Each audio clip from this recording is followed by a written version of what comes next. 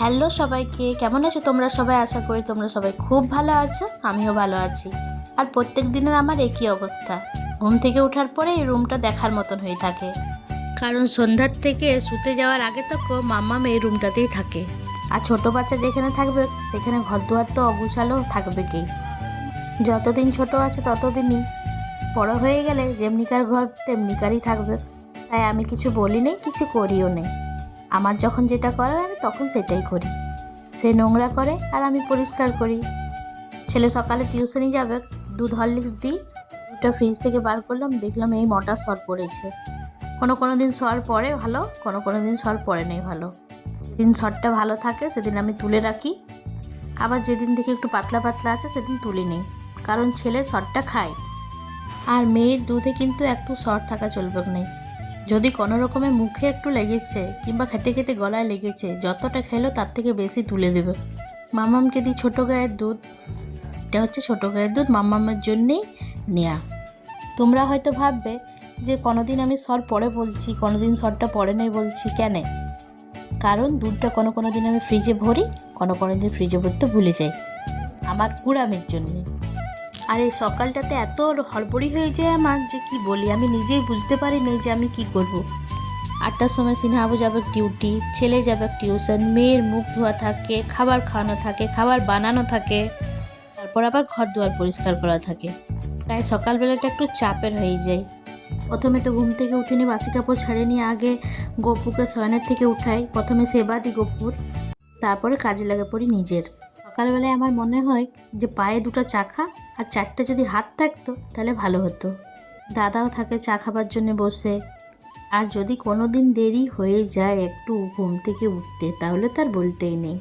এদিকে মেয়ের খাবারটা বসাইছি, ওটস খাই সকালবেলায়। প্রথমে ঘুম থেকে উঠে ব্রাশটা করাই, 1 গ্লাস জল দিই, 2টা কাজু খাই, তার আধা ঘন্টা পরে খাবারটা খাওয়াই। যখন প্রথম খেতে শিখেছিল তখন জলে ভিজায় রাখতাম আমন্ড, কাজু, কিশমিশ আর 2টা খেজুর, আর মিক্সিতে পেস্ট করে হালকা দুধের সঙ্গে খাওয়াতাম। তখন খেয়ে নিত, তখন অত বুঝতো নাই। তারপর যেমনি বড় হলো আর পিসতাম নাই, ভিজে নিয়ে খাওয়াতাম, যখন বলতাম হাতে দিতাম, বলতাম খাও, ভিজা গেল কোনো মতে সে খেতে নেই। কিশমিশটা অতটা পছন্দ করেনি, কাজুটা পছন্দ করে, যখন তখন বলে মা কাজু দাও। আমন্ডটাও খেতে চায় নাই, সেই জন্যে আমি আমন্ডটাকে ভেজে নিয়ে ওটসের সঙ্গে গুঁড়ো করে রেখে দিয়েছি।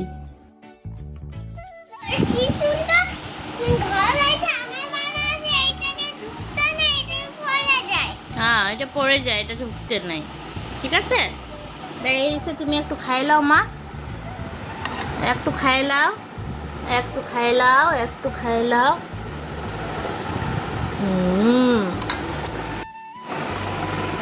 খেতে পারছি না মামুরা।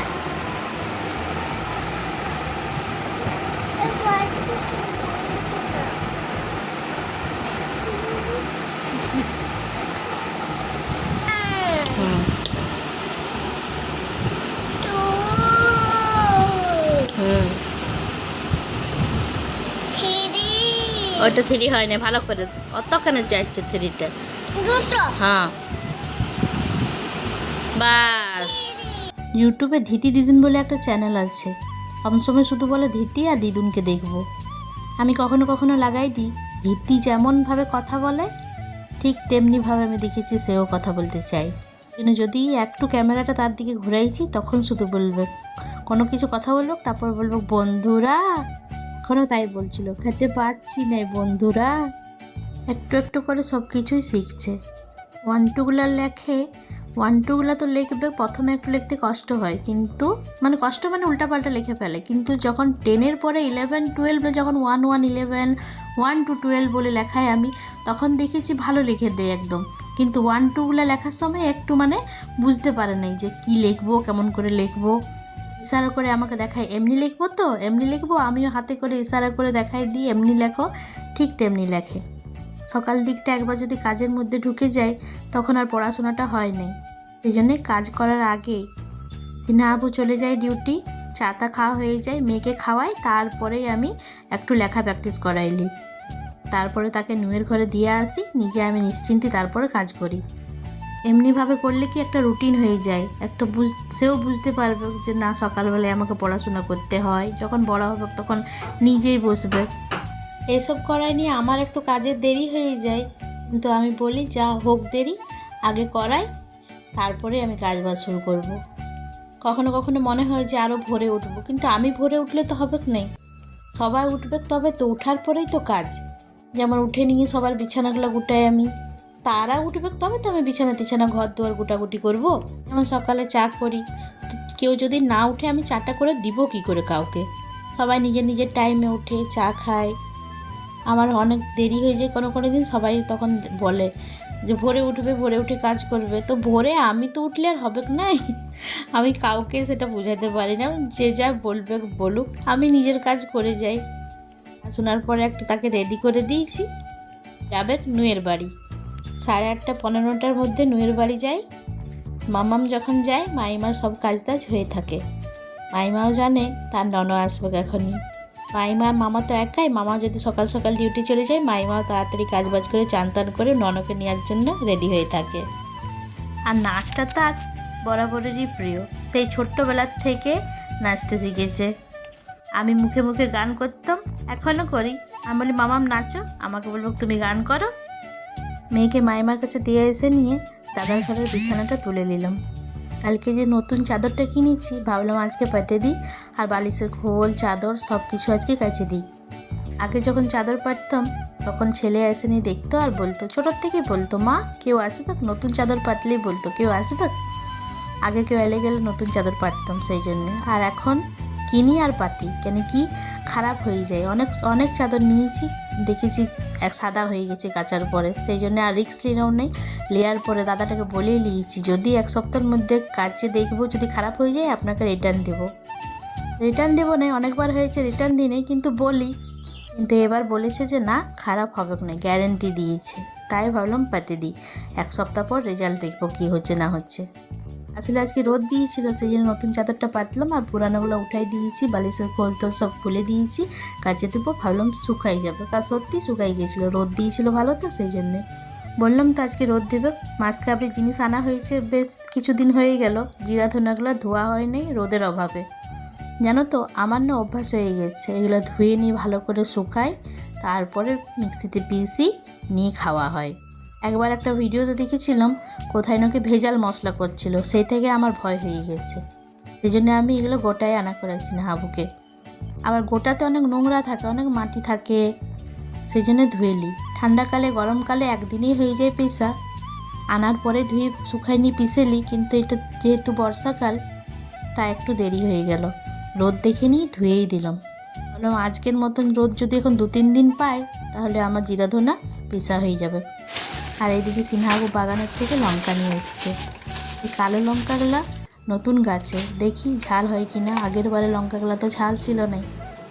বলতে গেলে বাগানে এখন লঙ্কা ছাড়া আর কিচ্ছু নাই, আছে কাঁঠাল আছে, পাকা কাঁঠাল ঋতু আর আমি ছাড়া ঘরে কেউ খায়নি।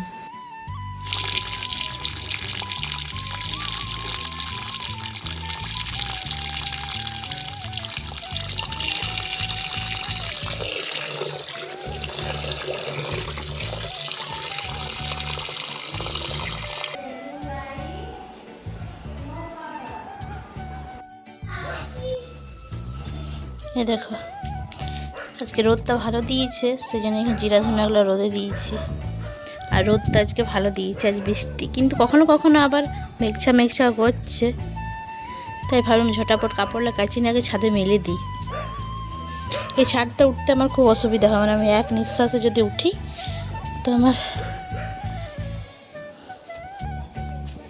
এই ছাদটাতে বলেছি আল্লাহ টাকা আবার ব্যবস্থা করে দিতে, কিন্তু করা নেই, তাই বাধ্য হয়ে এটাতে উঠতে হয়। এক নিঃশ্বাস উঠলে আমি হাঁপাই যাই। বৃষ্টি পড়ার পরে যখন রোদ দেয় তখন দেখতে চারপাশটা কি সুন্দর লাগে না? এখন দুর্গাপূজা মনে হচ্ছে, দুর্গাপূজার আগে ঘর জাড়াজাড়ি এই যখন যেমন রোদটা দেয় তেমনি। ঠিক আমাকে মা করে ঠিক বুঝতে পারে গেল আমি কোথায় আছি, চলে এলো, চলো চান করবে, চলো। না কাপড় মেলা হয়ে গেছে, আবার যাবো নিচে, মেয়েকে চান করাবো, ঠিক আছে, দিদুন দিদি দেখবে। রান্না বান্না কমপ্লিট হয়ে গেছে। একটু ভাবলাম, গরম লাগছিল তখন ভাবলাম চলো এই মিক্সড ফ্রুট ড্রিঙ্কসটাই বেঁচে আছে, একটু খাই, তারপর মেয়েকে খাওয়াবো খাবার। মেয়ের জন্য এখন আলাদা কিছুই করিনি, আমাদের যা খাবার হয় তাই দিই, শুধু ঝালটা একটু কম দিই, আমাদের খাবারেই ঝালটা একটু কম দিই। চলো আবার অন্য কোনো ভিডিওতে দেখা হবে, আজকের মতন বাই।